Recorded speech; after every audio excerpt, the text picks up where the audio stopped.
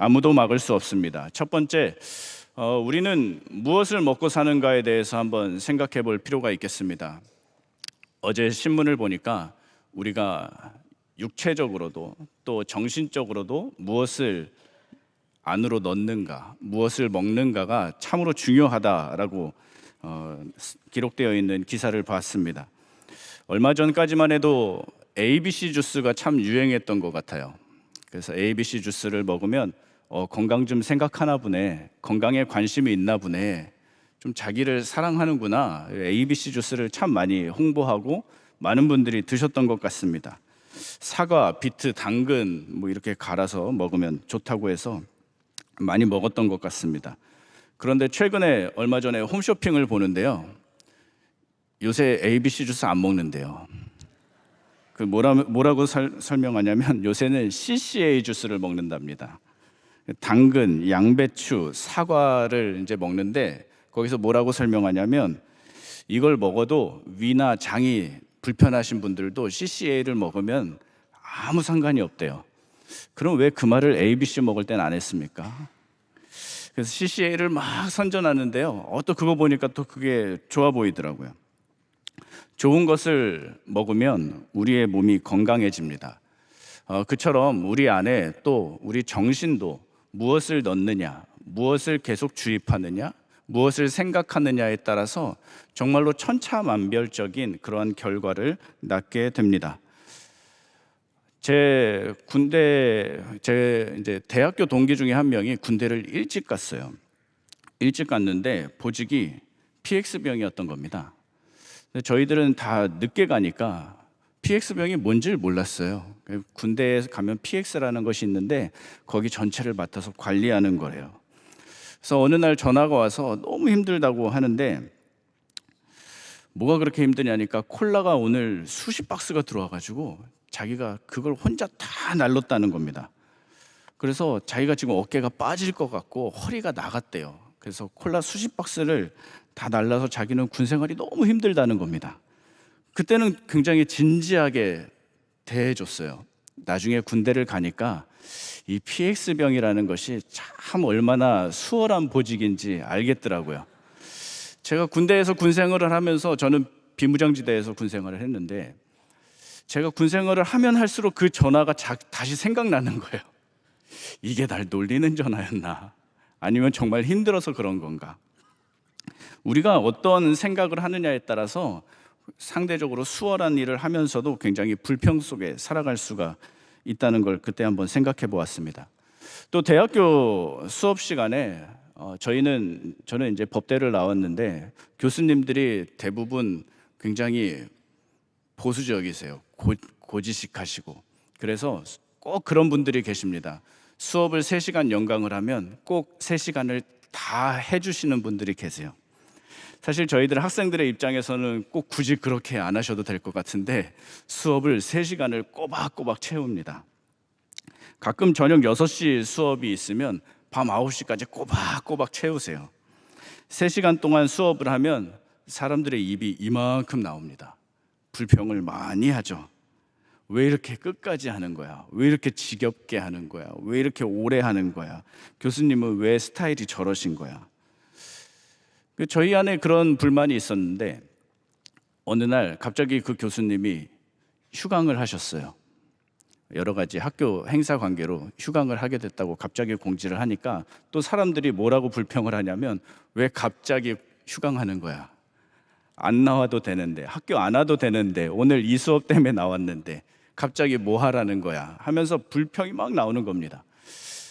그 시간들을 생각해 보면 수업을 오래 해도 불만이고 수업을 안 해도 불만이고 우리 안에 무엇을 집어넣느냐에 따라서 불평과 불만이 그치질 않는 것을 보게 되었습니다.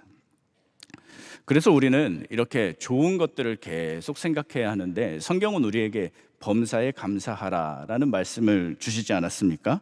오늘 새벽을 깨우신 모든 사랑하는 성도 여러분, 불평을 버리시고 범사에 감사할 수 있는 은혜를 누리시기를 축복합니다. 시편 37편 8절에 이렇게 기록되어 있습니다. 분을 그치고 노를 버리며 불평하지 말라. 오히려 악을 만들 뿐이니라. 저는 불평보다도 감사할 거리가 더 많더라고요. 좋은 가정 주신 것 감사, 또 좋은 교회 주신 것 감사, 이 교회에서 사역할 수 있는 것 감사, 감사거리가 끊임이 없었습니다. 감사가 계속해서 고백되어지고 반복되어지다 보면요, 행복해요. 저는 교회에서 사역할 수 있다는 것이 너무 행복하고요. 저는 먼 거리를 잘 못 다녀요. 멀리 다니는 것이 심리적으로 굉장히 스트레스가 큽니다. 그래서 대학교도 바로 집 앞에 길 건너면 있는 학교를 갔어요. 그 정도로 대학교도 뭐 어디 남들은 뭐 서울에 있는 어디를 막 가고 싶고 뭐 그런데 저는 그냥 집 앞에 있는 학교, 뭐 버스 타면 뭐 10분 내로 갈 수 있는 학교, 이런 데를 갔습니다. 교회에서 사역을 하다 보니까 좋은 점은요, 집이 너무 가까워요. 너무 좋습니다. 스트레스도 없고 그냥 좋은 분들 만나잖아요. 성도분들 만나잖아요. 명성교회에서 사역을 하면서 더 행복한 이유 중에 하나가 대신방일 겁니다. 대신방이 얼마 전에 잘 맞춰졌는데 이 대신방들을 여러분들께서 준비하시는 모습을 보면서 저도 목회가 많이 성장하고 많이 배우고 많은 것들을 누리고 많은 것들을 또 깨닫고 겸손해지는 시간이 되는 것 같습니다. 초신자분들이 대신방을 생각보다 많이 받으시던데, 초신자분들의 대신방 받는 모습은요, 구역장님이 하라고 하는 대로 합니다.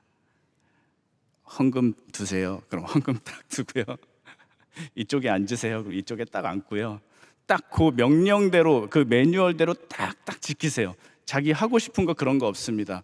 그냥 구역장님이 하라고 하면 가르쳐주면 그대로 잘 하시더라고요. 또 맞벌이 부부들은 휴가를 내시면서 평일날 같이 시간을 내셔서 신방을 받는 모습을 보면서 저도 직장 생활을 해봤는데 이 휴가를 내는 게 얼마나 아깝습니까? 얼마나 어려워요. 쉽지 않은데 대신방을 받기 위해서 휴가를 딱 내시면서 그렇게 부부가 같이 앉아 있는 모습을 보면서 참 큰 은혜를 받았습니다. 또 한 가지 은혜가 되는 가정들은 부모님과 자녀들이 함께 예배를 드리는, 대신방을 받으시는 그런 가정들이 참 좋고 감사했습니다. 부모님이 자녀들과 함께 예배를 드리실 때 제가 질문을 한 가지씩 이렇게 던집니다. 엄마가 좋아하는 찬송이 무엇인지 저는 꼭 여쭤봅니다. 어떤 찬송을 좋아하십니까? 그러면 저는 몇 장을 좋아합니다. 저는 나의 영원하신 기업을 좋아합니다. 저는 주 안에 있는 나에게를 좋아합니다. 무언가 대답을 하시면 저는 자녀들에게 그걸 꼭 기록해두라고 말씀드립니다. 왜냐하면 부모님이 좋아하는 찬송, 부모님이 좋아하시는 성경 구절들을 알고 있는 자녀는 평생에 살면서 그것이 굉장한 영적인 무기가 됩니다. 저희 할머니께서도 굉장히 좋아하시던 찬송이 있습니다. 나 같은 죄인 살리신. 저는 예전에 찬송가가 405장이었는데 지금은 305장으로 바뀌었죠. 나 같은 죄인 살리신을 지금도 제가 이렇게 부르면, 기도 시간에 혼자 이렇게 부르면 아직도 할머니의 목소리가 제 귀에 들립니다. 이런 부분들은 우리가 신앙생활하면서 좋은 것들을 계속해서 끊임없이 내 안에 넣고 내 안에 주입하고 반복할 때 우리 삶에 하나님이 주시는 이 은혜가 얼마나 크고 놀라운지를 고백할 수 있게 되는 거죠. 여러분들께서도 내가 좋아하는 찬송, 내가 좋아하는 성경 구절들을 자녀들과 함께 나누고 그것들이 자녀들에게 큰 영적인 무기가 될 수 있도록 축복해 주시기를 바랍니다. 성경에 이렇게 믿음을 지켜나가기 위해 또 애썼던 사람들이 있습니다.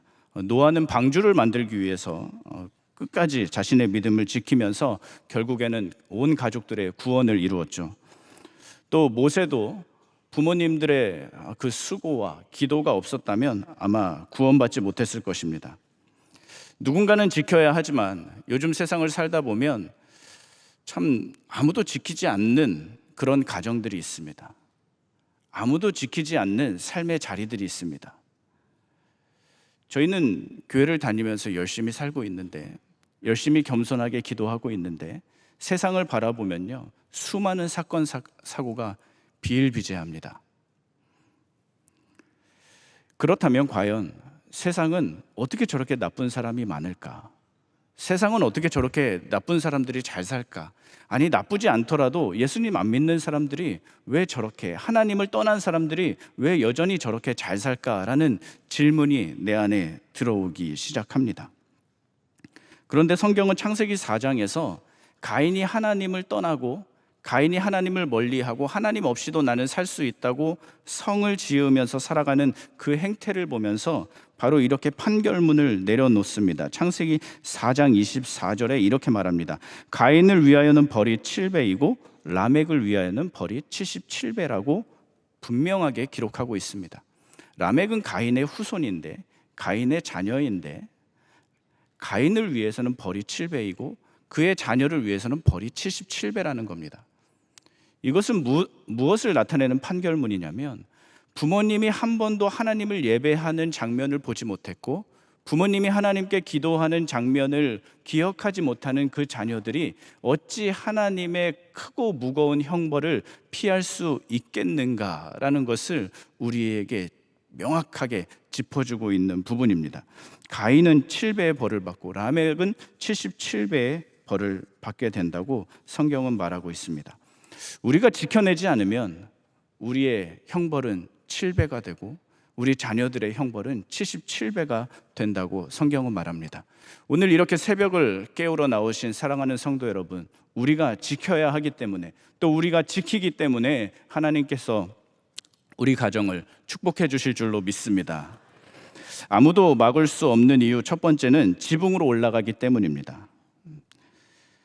마가복음 2장 5절에 중풍병자가 나오는데요, 중풍병자를 사람들이 데리고 예수님께로 가죠. 예수님께로 가는데 예수님 주변에 사람이 많으니까 그 지붕을 뜯어서 예수님 앞으로 그 중풍병자를 이렇게 내립니다. 내렸더니 예수님이 뭐라고 하시냐면, 그들의 믿음을 보시고 중풍병자를 고치셨다라고 말씀하십니다. 그들의 믿음을 보신다는 예수님의 말씀은 무엇이냐면, 우리가 자녀를 축복해 주기 위해서는 마치 자녀의 믿음을 보고, 또 아비를 축복하기 위해서는 아비의 믿음을 볼 것 같지만, 우리는 때로는 연약할 수도 있고 때로는 병들 수도 있고 때로는 지쳐 있을 수도 있습니다. 하나님께서는 분명히 그들의 믿음을 보신다라고 말씀하셨습니다. 우리 가정에 누군가가 가정을 지키기 위해 기도하고 찬송하고 예배의 자리를 사수한다면 하나님은 그들의 믿음을 보시기 때문에 우리의 기도를 들으시고 어머니의 기도를 들으시며 어머니의 눈물을 닦아주시며 자녀들의 인생을 축복해 주실 줄로 믿습니다. 그래서 우리는 늘 내가 먼저 기도해야 되고, 자녀를 나무라는 것보다 내가 먼저 주님 앞에 무릎 꿇는 것이 먼저인 줄로 믿습니다. 주일에 가정 예배에 대한 말씀을 들었는데, 저희 집도 그 말씀을 듣고 가정 예배에 대한 긴장감이 조금 줄었습니다. 가정 예배를 이렇게 온 식구가 앉아서 매일 9시 정도, 8시 반이나 9시 사이에 가정 예배를 드리는데, 그 가정 예배의 현장은요, 다채롭고 온갖 화려한 명령들이 난무합니다. 똑바로 앉아, 성경책 펴, 찬송 불러, 눈 감아, 기도해, 무릎 꿇어. 온갖 명령어들이 난무해요. 그럼에도 전혀 달라지지 않고 점점 더 산만해지는 그런 시간들을 겪게 됩니다. 이런 수많은 명령어 대신 주일 예배를 오전 예배 또 저녁 예배 다 드리고 나니까요, 달라졌어요. 주일 말씀 들어서 참는다. 주일 설교 들어서 참는다. 이렇게 다 넘기면서 이해해 주게 되었습니다. 자녀들이 당장 무언가 어떠한 신앙의 궤도까지 올라오면 좋겠지만, 우리가 먼저 기도하고 먼저 지킨다면 하나님께서 그들의 믿음을 보시기 때문에 우리의 모든 삶의 자리를 축복해 주실 줄로 믿습니다. 아무도 막을 수 없는 이유 두 번째는 바닷속으로 들어가기 때문입니다. 바닷속으로 들어가기 때문입니다. 출애굽기 14장은 홍해를 건너는 장면이 나옵니다. 이스라엘 백성들이 홍해를 마주하고 홍해를 건너게 되니까 또 불평하고 불만하게 됩니다. 우리의 삶 가운데 늘 이렇게 어떠한 바뀌는 환경 속에서 불평과 불만이 늘 쌓이는 것을 보게 됩니다. 출애굽기 14장 13절에 보면요, 모세가 백성들에게 이렇게 말하는 장면이 나옵니다. 모세가 백성에게 이르되 너희는 두려워하지 말고 가만히 서서 여호와께서 오늘 너희를 위하여 행하시는 구원을 보라. 너희가 오늘 본 애굽 사람을 영원히 다시 보지 아니하리라. 모세가 백성들에게 지금 가만히 서 있으라고 하는 건 뭐냐면, 이제 역사의 주관자가 누구이시라는 것을 다시 한번 짚어주는 겁니다. 우리가 하는 거 아니야. 우리가 이기게 되는 거 아니야. 우리의 노력 때문이 아니야. 하나님께서, 여호와께서 역사하실 것이다 라고 모든 이스라엘 백성들에게 지금 말해주고 있는 겁니다. 가만히 서 있으라. 이건 뭐냐면 이제 하나님의 역사를 누리라라는 거죠. 15절에 보면요, 이제 상황이 조금 더 나아가서 여호와께서 이제 모세에게 말씀하십니다. 15절에 뭐라고 말씀하시냐면, 여호와께서 모세에게 이르시되 너는 어찌하여 내게 부르짖느냐. 이스라엘 자손에게 명령하여 앞으로 나아가게 하고. 이제 가만히 서서 역사의 주권이 하나님께 있다는 것을 고백했던 이스라엘 백성들은 하나님의 명령에 따라서 바닷속으로 들어가게 됩니다. 바닷속으로 들어간다는 것은요, 사실 바다는 빠지면 죽습니다. 바다는 사망을 뜻하는 거예요. 그런데 하나님께서 뭐라고 하냐면 바다로 가라고 하십니다. 우리도 바다로 들어가야 할 줄로 믿습니다. 삶의 자리로 나아가서 그 사망의 권세와 싸우고 세상과 싸우고 음부의 권세와 싸우게 되는 그러한 우리의 삶의 자리들이 있게 되는 거죠. 그때 우리가 사망의 길로 나아갈 때 우리가 하나님의 역사를 어떻게 경험할 수 있냐면 14장 21절에 이렇게 기록합니다. 모세가 바다 위로 손을 내밀매 여호와께서 큰 동풍이 밤새도록 바닷물을 물러가게 하시니 물이 갈라져 바다가 마른 땅이 된지라. 이제 바다로 걸어가게 되니까요, 큰 동풍이 불었대요. 그래서 바닷물이 물러갔는데 물이 갈라져서 마른 땅이 되었다고 합니다. 근데 이 역사가 어느 때까지 일어났냐면 성경의 21절의 두 번째 줄에 나오죠. 큰 동풍이 밤새도록 불었다라는 겁니다. 우리가 사망의 권세를 향하여 나아가야 할 때, 우리가 삶의 자리에서 열심히 싸우며 아주 힘든 매우 어려운 숙제들을 만났을 때 우리가 그 문제들을 놓고 한 번 기도하면, 주님 앞에 한 번 기도하면 성령의 바람은 밤새도록 부는 줄로 믿습니다. 하나님은요, 우리가 단 한 번만 주여 주여 외쳐도 밤새도록 기적을 베풀어 주세요. 내가 새벽에 나와서 기도하면 오늘 하루 종일 성령의 바람이 우리 가정 가운데, 우리 교회 가운데 마구마구 불어줄 줄로 믿습니다. 시편 139편 9절에 내가 새벽 날개를 치며 바다 끝에 가서 거주할지라도 주님께서 거기 계신다라고 고백합니다. 새벽 날개 치며 바다 끝에 간다는 말씀은 뒤에도 세상 사람들이 나를 죽이려고 달려오고 나를 억누르려고 나를 압박할 때, 또 앞을 보아도 바다 끝에 가서 거주할지라도, 바다 내 앞에도 사망의 권세요, 내 뒤에도 사망의 권세요, 내가 살아있을 목숨줄이 붙어있을 유일한 그 길이 바다 끝 아니겠습니까? 그곳에 가서도 하나님을 만날 수 있는 것이 바로 기도하는 사람이요 예배하는 사람인 줄로 믿습니다. 예수님께서도 바로 이 사망의 바다로 걸어가셨습니다. 바다로 걸어가자 그 사망의 권세는 갈라져 마른 땅이 되었고, 그곳에는 사망이 아닌 생명을 누릴 수 있는 기쁨이 있었습니다. 십자가, 사망의 십자가로 걸어서 나아가셨을 때 그 십자가는 생명의 땅이 되었고 생명의 십자가가 된 줄로 믿습니다. 애굽 사람들과 이스라엘 사이에 영적인 경계가 형성된 것이 홍해를 건너면서 아니겠습니까? 예수님이 십자가를 지시고 부활한 그 순간 죄인과 의인 사이에 보이지 않는 영적인 경계가 너무도 분명하게, 너무도 확실하게 우리 삶 가운데 자리 잡은 줄로 믿습니다. 말씀을 정리하도록 하겠습니다. 아무도 막을 수 없는 분은 하나님 예수 그리스도밖에 없는 줄로 믿습니다. 사망의 길을 건너시는 우리의 구원자, 사망의 길을 이겨내시고 그 땅이 죽음의 땅이 아니요 질퍽질퍽한 우리의 생명을 앗아가는 음부의 권세가 아니요 마른 땅이 되어 생명을 허락하시는 귀한 십자가가 우리 삶 가운데 늘 가득하기를 축복합니다.